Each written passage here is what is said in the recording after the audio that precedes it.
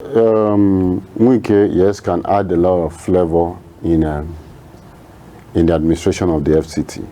We know where even you go to some office, you see some directors that can't even write down their names or pencil down actually columns of activities in which they have to embark on. And we need a kind of a total reform in FCT when it comes to administration. FCT is one of them, and the rest of it.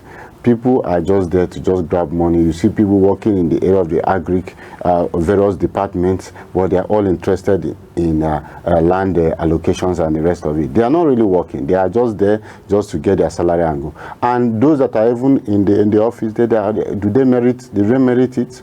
You see, when you go deep, you discover that even foreigners are the people working in FCT. Why even the indigenes don't have maybe a place where they can also be employed in the system. So let's look at it. Wike, yes, can perform, but we don't want a situation whereby he uses that authoritative style of government from Rivers into FCT. Once that is done, he will shatter the baby, because the FCT are the ones that is holding this unity of this country.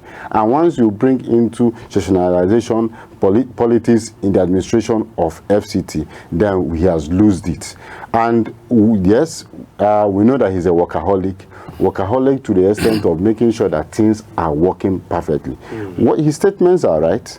But, you know, one of the statements there that looks as if he was appointed there for a winch hunt was that he specifically went that he's going to revoke allocations and land. Why will you revoke allocations when you have not even done drainages, you have not done road? Look, go to Gariki today, a lot of... That was something he said, sir. Yeah. That was something he said. Yeah.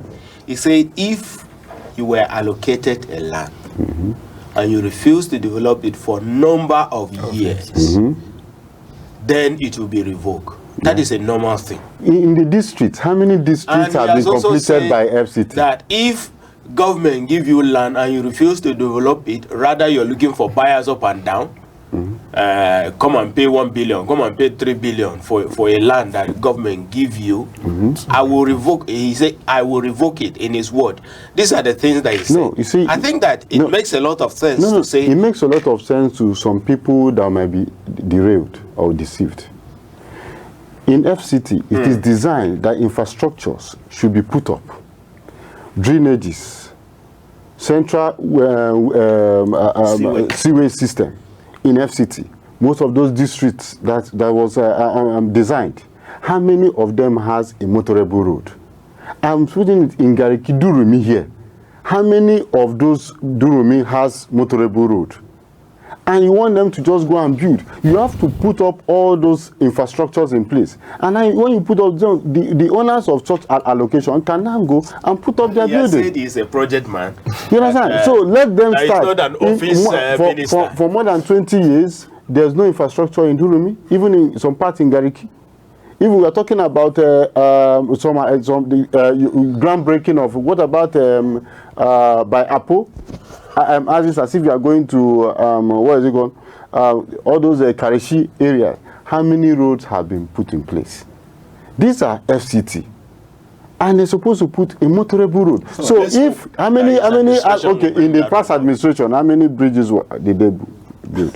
So let's look at the whole thing. It's not about going to aim at a particular politician to revoke and demolish their houses. What has the FCT, before you now came as the Minister of FCT, what have they done? What have they put in place? Thank you. Yes, indeed.